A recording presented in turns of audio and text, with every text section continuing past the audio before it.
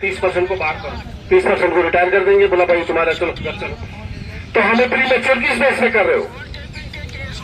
तो ये चीज बहुत खतरनाक है। मैं इस पर बहुत ज्यादा अध्ययन करके मैं आप लोगों के सामने भी ये चीज रख रहा हूँ। इस पर आप लोग गहन विचार कीजिए कि हमारी आने वाला, हमें तो ठीक है, हमें तो मिल गया, हम तो 14 के पहले वाले हैं, लेकिन हम जो कुछ भी करते हैं हम अपनी आने वाले पीढ़ियों के लिए करते हैं। हम वहां बैठे हुए हैं, हम कमा रहे हैं, हम पैसा जमा कर रहे हैं, किसके लिए?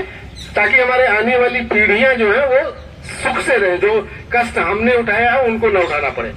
तो हमें ये ध्यान रखना है कि हमें तो मिल गया है, बट ये आने वाली पीढ़ियों के लिए ऐसी व्यवस्था कर दी गई है कि उनको 1 रैंक 1 पेंशन अपने आप ही मिलना बंद हो जाएगा, और ज्यादा से ज्यादा 10 साल के अंदर, within 10 years this 1 rank 1 pension will not have any meaning, अगर ये प्रीमेच्योर रिटायरमेंट वाली कंडीशन एप्लीकेबल हो गई।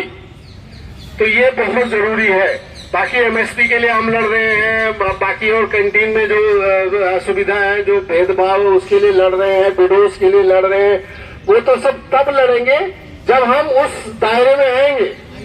जब हम उस दायरे से हमको बाहर कर दिया गया तो हम उधर वो जाकर रिंग में नहीं पहुंचेंगे तो लड़ेंगे किससे? तो ये जब आरोपी से आप बाहर हो गए तो ना आप लड़ पाएंगे, ना आपकी विधवा लड़ पाएगी, ना आपके बड़े आने वाली पीढ़ियां लड़ पाएंगी। तो ये व्यवस्था कर दी गई है, गवर्नमेंट ने चुपचाप लाइन डाल दिया है। और ये जाकर के जब अगले 10 साल में बोलेंगे भाई ये तो तुम पीएमआर हो, तुम सब लोग बाहर, और हम लोग और कितना दिन जिंदा रहेंगे? ज्यादा ज्यादा 10 साल, ज्यादा ज्यादा 10 साल या 15 साल, 10-15 साल के बाद में फिर अपने अपने रास्ते पे। तो इसलिए इस चीज को बड़े सीरियसली लेना है। गवर्नमेंट तक बात तो चली गई है कि मतलब वी आर नॉट सेटिस्फाइड, हम संतुष्ट नहीं है, और वहां चल भी रहा है हलचल, बट अभी ये है कि वो बुला नहीं रहे हैं, थोड़ा उनको फाइनेंशियल डर भी है। कुछ तो करेंगे ही, करेक्शन वो पोस्ट करेक्शन करेंगे, शायद चुनाव तक करें, ऐसी आशा है। अब देखते हैं क्या नहीं करना, बट हमें जारी रखना है ये धरना। और मैं जहां पे आप लोग रहते हो अगल बगल, हमें लेके आना है लोगों को, क्योंकि ये डेमोक्रेसी है और लोकतंत्र में भीड़ तंत्र है, लोकतंत्र को भीड़ तंत्र भी बोलते हैं। तो जिसके पास भीड़ रहती है लोकतंत्र में, उसी की तूती बोलती है। तो वो भीड़ बहुत जरूरी है, इकट्ठा होना। और अगर भीड़ नहीं है तो फिर हमें उनको लगेगा ये 4 लोग बैठे हुए हैं, वो इस पार्टी के होंगे, उस पार्टी के होंगे, ऐसे उनको बताया जा रहा होगा। तो इसलिए भीड़ का आना बहुत जरूरी है। जहां कहीं भी आप लोग हैं, ज्यादा से ज्यादा अपने साथी को लेकर के आए और बैठे, क्योंकि हम लोग मोस्टली 50+ हैं, और इतना ज्यादा मतलब टाइम तो हम निकाल ही सकते हैं 50+। ऐसा कोई नहीं है कि हम 30 में और 35 साल में बच्चों को पढ़ाना है, ट्यूशन जाना है, नौकरी करनी है। तो वी शुड कंट्रीब्यूट। हम घर में बैठे, बगल के घर में स्वामी विवेकानंद प्रवचन दे, ऐसा होता नहीं है, we will not get it.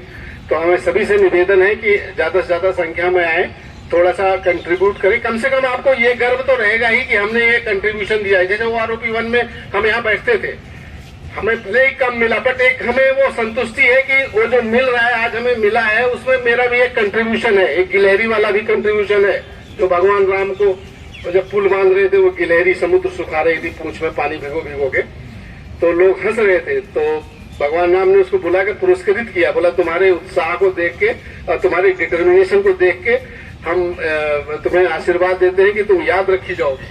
तो एक गिलहरी वाला ही कंट्रीब्यूशन सही, कम से कम आए, हम करें, हम बैठे, हम लोग देखेंगे। जब मैसेज जाएगा तो शायद सरकार सचेत है। जितना लोग जाएंगे, लोकतंत्र में भीड़ का बहुत महत्व रहता है, इसलिए हम लोगों को यहाँ इकट्ठा होना चाहिए। और फेडरेशन ऑफ वेटरन्स एसोसिएशन जो बना है वो इसी दिशा में एक बहुत बड़ा कदम है। मैं भी उस फाउंडर मेंबर में मैं भी हूँ, और जितना हो सकेगा मैं भी करूंगा जो भी डोनेट। अगर आप अब दूसरी मेरी रिक्वेस्ट ये है कि तन और धन दोनों की जरूरत पड़ती है। कोई भी आंदोलन बिना धन के नहीं चलता। तो हमारा निवेदन है मेरा आपसे कि जो भी आपकी क्षमता हो तो वो डोनेट भी करें, ताकि ये सब चलाने के लिए पैसे की जरूरत पड़ती है।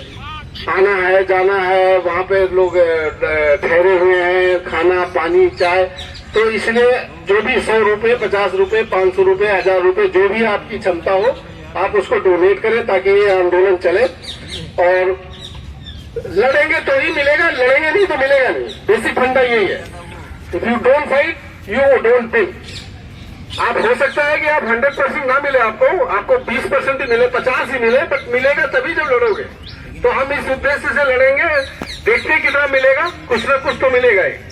तो इसलिए हम सभी से निवेदन है कि जितनी ज्यादा से ज्यादा संख्या में संभव हो सके आप आए, वर्किंग डेज में आए, सैटरडे संडे आए, ताकि इस धरना को जीवंत बना रखें और सरकार तक मैसेज जाता रहे कि हम ये ऐसे यहाँ के ताश खेलने के लिए नहीं बैठते हैं।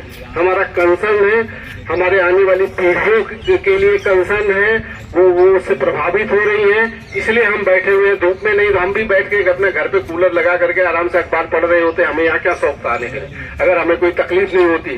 हम अपने लिए ही खाली नहीं आ रहे हैं, हम अपने आने वाली पीढ़ियों के लिए भी बैठे हुए हैं, ताकि उनको वो तकलीफ न उठानी पड़े जो हमने 15 साल पहले या 10 साल पहले उठाए थे, जब हम 1000 रुपए और 500 रुपए पेंशन पे आते थे रिटायर होके। मैं जब रिटायर हुआ 2002 में तो 1600 रुपए पेंशन थी। 15 साल के बाद 2 बच्चे स्कूल में पढ़ रहे, कहाँ लेके जाएंगे 1600 में, क्या होगा? तो इधर भाग रहे उधर भाग रहे, नौकरी करे, ये एग्जाम दे रहे वो एग्जाम दे रहे।